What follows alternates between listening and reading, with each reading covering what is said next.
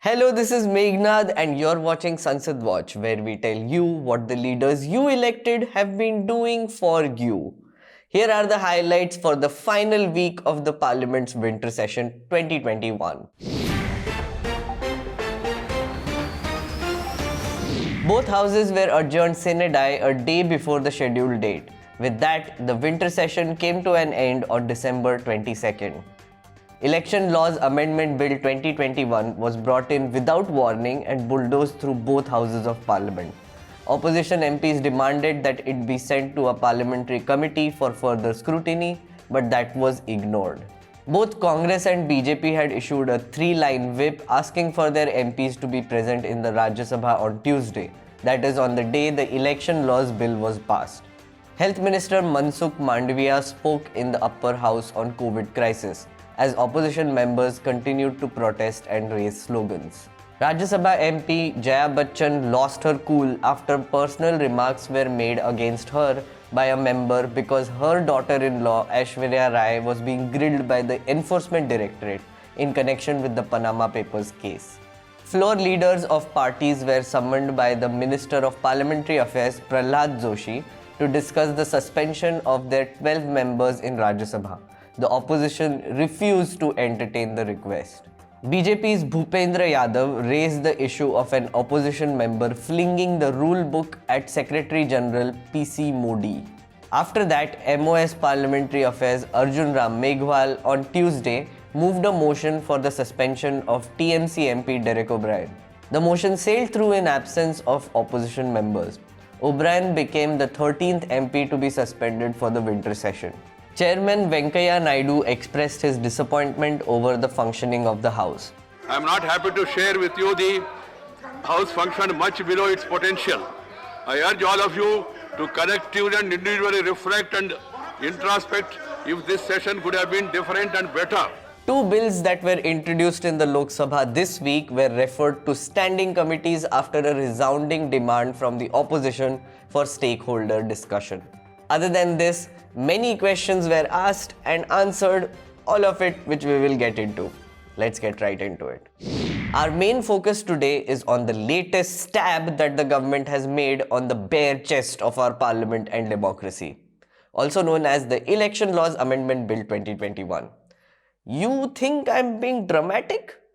Just wait till you hear this story. Last Monday, the Election Laws Bill was brought into the Lok Sabha amid strong opposition protests. The MPs opposed it, saying that the Business Advisory Committee, a committee which is supposed to set time for business in Parliament, was not consulted about this bill. The bill was passed using a voice vote and amendments were not allowed. Then, next day, on Tuesday, it went to the Rajya Sabha and was bulldozed through in similar fashion. A total of 1 hour 30 minutes were spent on this bill in both houses. And this is what was happening in the name of debate. Mr. Chairperson sir, मैं आपसे दरखास्त करता हूं कि house order में लेके आइए. Chairperson sir, मैं दरखास्त करता हूं हाउस ऑर्डर में लेके आइए. हाउस ऑर्डर में लेके आइए प्लीज. हाउस ऑर्डर में लेके आइए. महत्वपूर्ण चर्चा हो रही है. ये आपके नेता बोल रहे हैं. विधेयक है, ये सरकार की लेजिस्लेटिव के विरोध है. I do oppose the introduction of the bill under the title the Election Laws Amendment Bill 2021. Infringement upon the fundamental right of privacy as has been enunciated by the Supreme Court. It will lead more disenfranchisement. So that is why Passing a bill through voice vote is basically like the speaker deciding who screamed the loudest. In the case of this bill, the Speaker of Lok Sabha and Chairman of Rajya Sabha both decided that the treasury benches had the better throat bellowing skills. You cannot tell the chair, please. I shall now put the motion moved by Sri Kiran Rijiju to vote, please. The question is that the Election Laws Amendment Bill 2021 passed by Lok Sabha be taken to consideration. Those in favor will please say aye. Those against will please say no. I think the ayes have it, the ayes have it, the ayes have it. The motion is adopted. We shall now take up clause by clause consideration of the bill. Clauses 2 and 3 stand part of the bill. Those in favor will please say aye. Those against will please say no. I think the ayes have it, the ayes have it, the ayes have it. Clauses 2 and 3 are adopted. Yes, friends, that's how our democracy works now, by literally screaming at things. Anyway, let's talk about what this bill actually does. The bill amends the Representation of People's Act to bring in a few changes on how electoral rolls will be maintained, updated, and verified. Mainly 4 changes. Number 1. The bill makes the Representation of People's Act a woke act by replacing the word wife with spouse, wherever it's written. Number 2. There has been a change in updation dates. You see, the electoral roll is updated and revised every year and has a cutoff date of 1st of January. So people who turn 18 or relocate or die before this date reflect in the electoral roll. Now, there would be 4 cutoff dates to update it quarterly. On a totally tangential note, it would also mean that the first round of changes in electoral rolls are likely to happen right around the time elections in the great country state of Uttar Pradesh happens next year. Super unrelated, obviously. Number 3. The new law makes a provision to allow state governments to requisition any premises they think will be used as polling stations for counting, for storage of ballot box, voting machines, and other poll-related activities. And finally, the big number 4. The new law allows election officers to link Aadhaar with voter ID.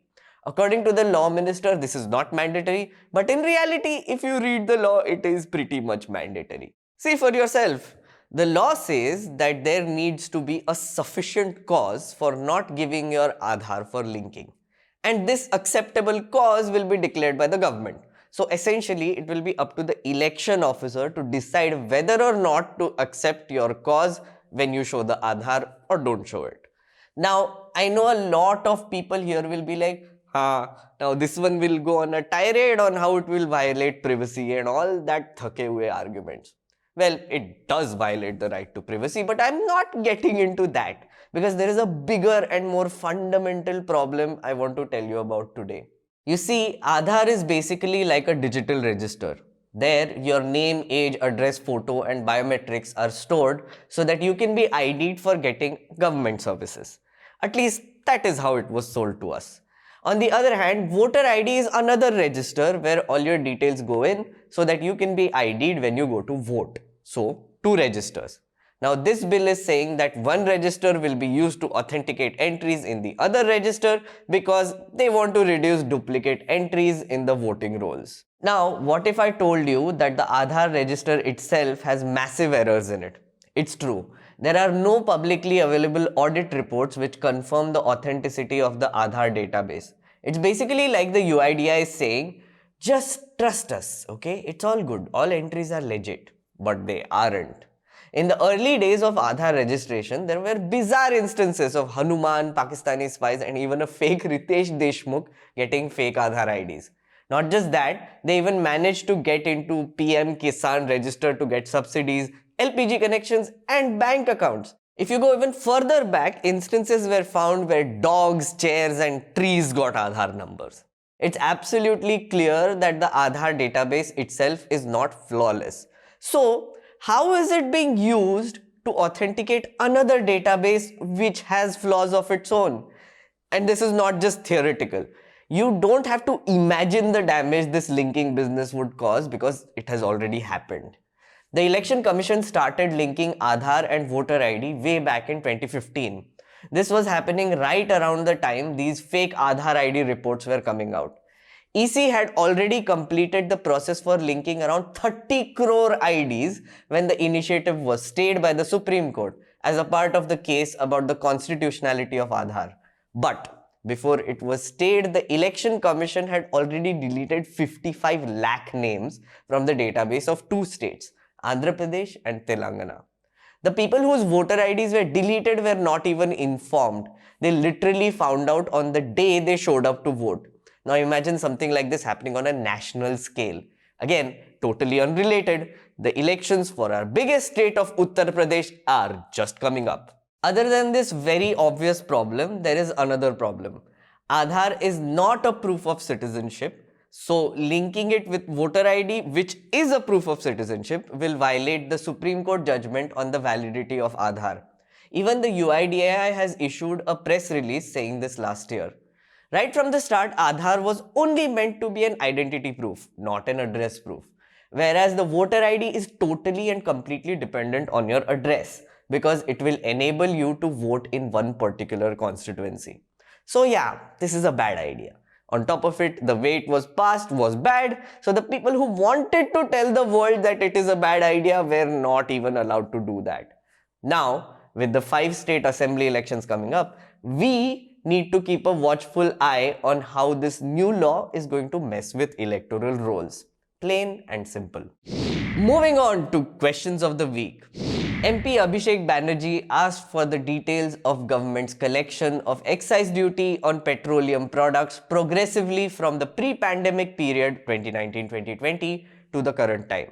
The government responded saying in 2019 they collected 2.2 lakh crore and in 2020 they collected a crazy whopping 3.7 lakh crore. That's a crazy 67% increase in collection. So, while the entire country was quite literally shut down, people were losing their jobs and livelihood, the government was raking in monies like crazy. Ah well, I guess Modi ji ne kiya hai to kuch soch samajh ke hi kiya hoga, nahi? Never mind. Moving on to the next one.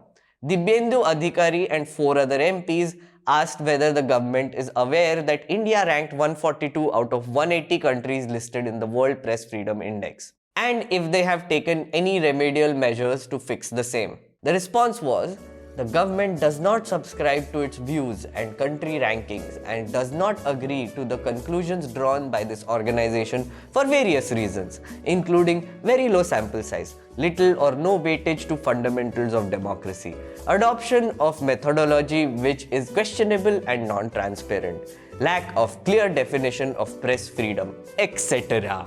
Basically, it's like the government gave an exam and ranked 142 out of 180. Then they said, Arey, the question paper was wrong only. The way they gave marks was wrong also. The entire curriculum was wrong also. And the university is a giant farce. Okay, here's another fun one.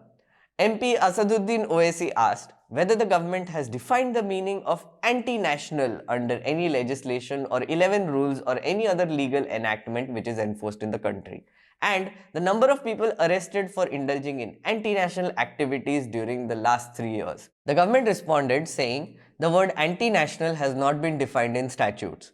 However, there are criminal legislations and various judicial pronouncements to sternly deal with unlawful and subversive activities which are detrimental to the unity and integrity of the country. Oh, and additionally, they helpfully pointed out how a provision for anti-national activities which was added during the emergency was later deleted. And with regards to arrests, the response was the usual. It's a state subject and the central government does not maintain a database of such activities. But hey, the spokespersons of BJP do tend to label people as anti-national a lot. So maybe they'll be able to answer this question? Maybe. That's all I have for you in this week's Sansad Watch. Remember, if you want to make Parliament great again, you need to watch it first. Thank you so much for watching this episode of Sansad Watch. I wish you a very, very happy new year. This was the last episode of 2021 and we are going into 2022 quite suddenly. We have a lot more planned in Sansad Watch. For next week, we will be going back to our inter-session programming now that the Parliament is over. We have a lot of things planned next year, like probably a new set, maybe. For that, you need to subscribe because we want to make this show greater and better and hire more research stuff and do more. So please subscribe to News Laundry and pay to keep news free. Thanks.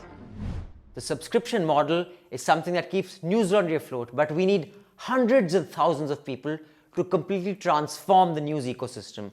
So you pay for news, so it serves you. So click on the link with this video, subscribe to News Laundry and pay to keep news free. और गर्व से कहो मेरे खर्च पर आज़ाद है खबरें।